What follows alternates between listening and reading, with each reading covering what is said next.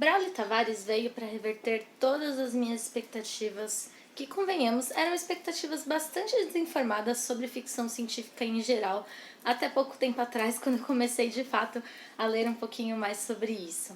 Como diz Rubens Figueiredo na fortuna crítica desse livro, nunca faltou mercado para o gênero de ficção científica aqui no Brasil.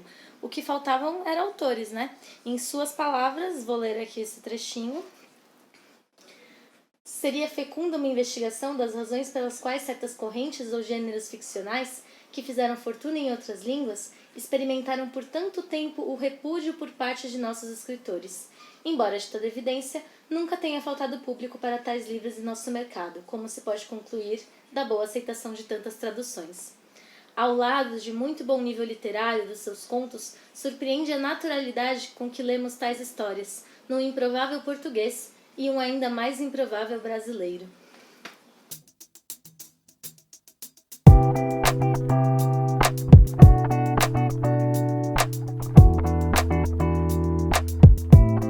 A Espinha Dorsal da Memória é um livro de contos de ficção científica que eu li agora na Estante Distópica, que ela é coordenada pelo Félix e pelo Rafa. Vou deixar o Instagram deles aqui para vocês conhecerem esse projeto.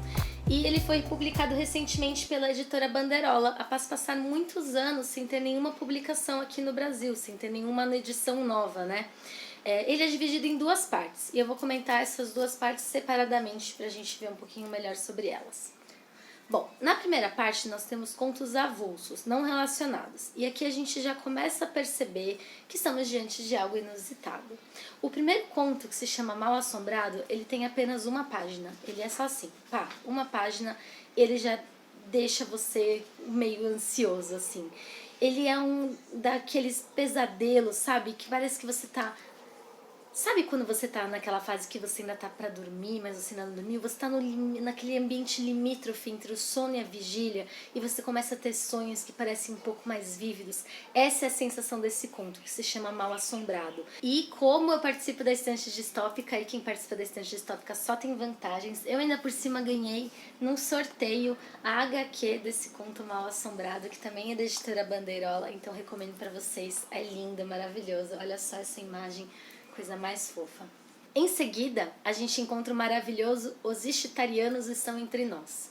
Então esse é um conto de um rapaz que está fazendo uma atividade tão banal quanto preparar um café com açúcar e ao mesmo tempo que ele está planejando como é que ele vai fazer para impedir a invasão alienígena dos Ixitarianos, que são seres que podem ler e controlar as nossas mentes e que já estão em montes aqui pelo nosso mundo. A linguagem e o domínio da narrativa, o seu desenvolvimento que vai desde o banal até uma tragédia, mesmo que seja numa escala pequenininha assim, é incrível e muito engraçadas. Mais pra frente, o Braulio vai mudar completamente de tom e ele vai apresentar pra gente uma aventura de RPG medieval, basicamente, no conto A História de Maldon, o Mensageiro.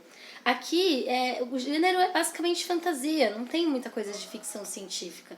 E quando você não sabe mais o que esperar dessa escrita metamorfósica do autor, que muda de um lado para o outro, a gente chega até o conto Mare Tenebrarum, que é uma história angustiante de uma família que está no meio de uma enchente e a água vem subindo pela casa e está dominando os móveis.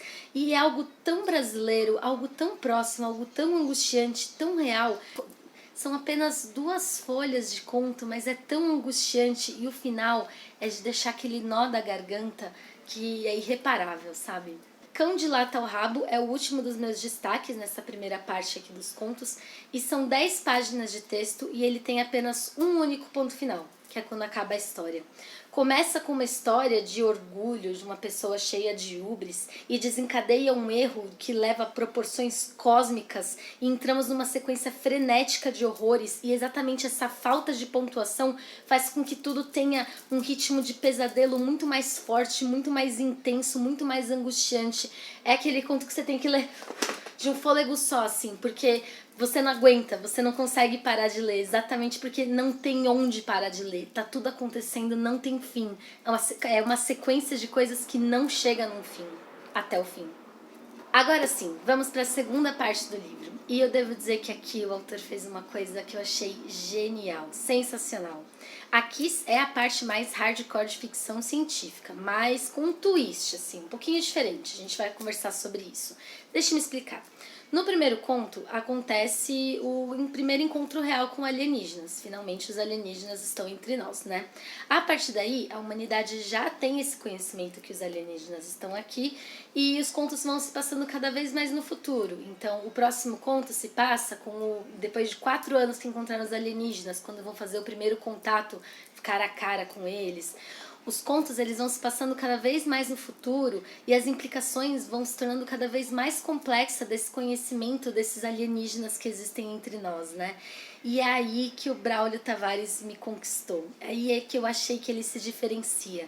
É muito fácil imaginar que essas histórias tão grandiosas que se passam, imagina só, né, num futuro em que você sabe que alienígenas existem e você domina a viagem pelo espaço, você tem colônias interespaciais, é muito fácil você levar essa história para uma escala gigantesca, para uma categoria de humanidade e desafios coletivos e dificuldades gigantescas, de proporções astronômicas, mas não é isso que acontece nesse livro.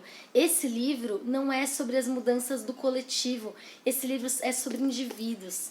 Esse livro é sobre crises particulares, é sobre dramas privados. É claro que são pessoas dentro desse mundo extremamente complexo, porém as crises de consciência elas são minúsculas na grandiosidade que está acontecendo em volta delas e ao mesmo tempo elas são gigantescas, elas são muito ricas e é isso que mais me atrai, assim. Os contos são muito mais intimistas do que uma ficção científica hardcore, que é o que normalmente a gente vê por aí. Mesmo que os mundos continuem sendo complexos, os personagens são bastante complexos. Eu já resenhei 2 livros de ficção científica aqui no canal, que foi O Homem do Castelo Alto e também O Admirável Mundo Novo. E O Matadouro 5, que foi o que eu mais gostei. Mas tanto O Homem do Castelo Alto quanto O Admirável Mundo Novo, eu fiz a mesma crítica para os dois. Eu gostei da construção de mundo, eu gostei da forma como o autor nos apresentou tudo aquilo, porém eu não ligava a mínima para os personagens, eu não tive nenhuma conexão. E eu acho que com o Braulio Tavares é exatamente o oposto disso. Ele nos dá esse deslumbre de um mundo fantástico, mas a gente só passa por ele, a gente não tem muitos detalhes. Porém, a história para ser contada não é essa. A história que ele quer contar é do indivíduo, a história que ele quer contar é do personagem. E isso sempre vai me ganhar, sempre vai ficar para mim acima do que um mundo bem construído. E só para não dizer que eu não citei nenhum conto por nome, né, dessa segunda parte, vou deixar aqui os meus destaques, que são o conto Stunt Mind e O Espelho e o Relâmpago no Oco do Ciclone. Que fala sério, né? Olha o nome desse conto, você já fica até transtornado do que vai acontecer. O drink que eu escolhi para esse livro foi o Negroni Latino. Deixa-me explicar por que eu fiz essa escolha. O Negroni é um dos drinks mais clássicos que existem, né? Assim como a ficção científica é um dos gêneros mais clássicos da literatura. Mas esse é o Negroni Latino.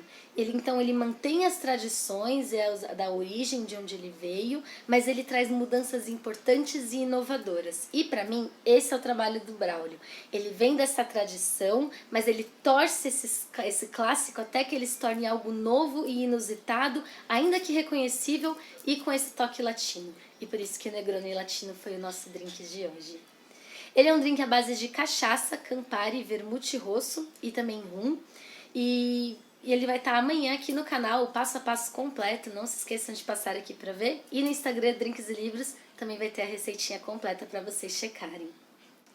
Quanto ao título do livro, eu queria também fazer um comentário. Ele vem de uma citação do Carl Sagan em Cosmos. Ele diz que os aborígenes Kung do deserto do Kalahari, em Botsuana, diziam que a Via Láctea era a espinha dorsal da noite, como se o céu fosse um grande animal e nós estivéssemos dentro dele. E essa seria a forma de sustentação do céu, né?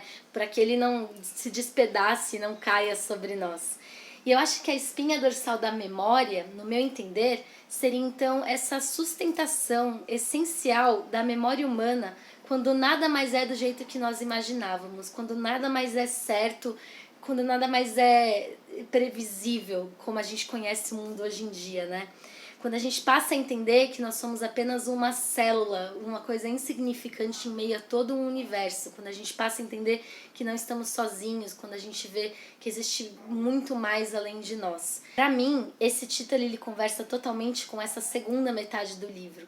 Exatamente quando o contato com esses seres extraterrestres é algo tão real, mas continua sendo tão misterioso, e a memória de como tudo ocorreu é o nosso único jeito de fazer sentido de toda essa história e de manter algum controle para que nós e a humanidade simplesmente não se despedace no vácuo como um animal sem uma espinha dorsal.